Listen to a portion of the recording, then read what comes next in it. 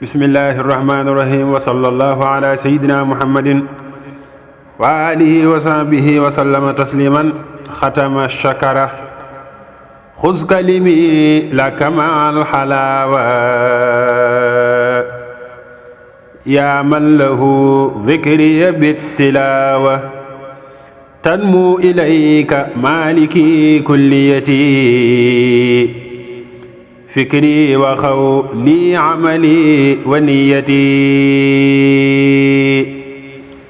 ma hawta an taqsidani madarra ya man yuwajjihu liyal masarra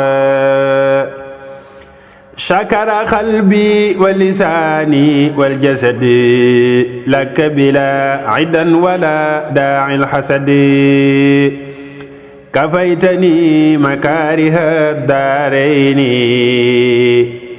مع المفاسد بغير رين رفعت ما كتبته من رجزي وكنت لي بخير وعد منجدي سبحان ربك رب العزة عما يصفون وسلام على المرسلين والحمد لله رب العالمين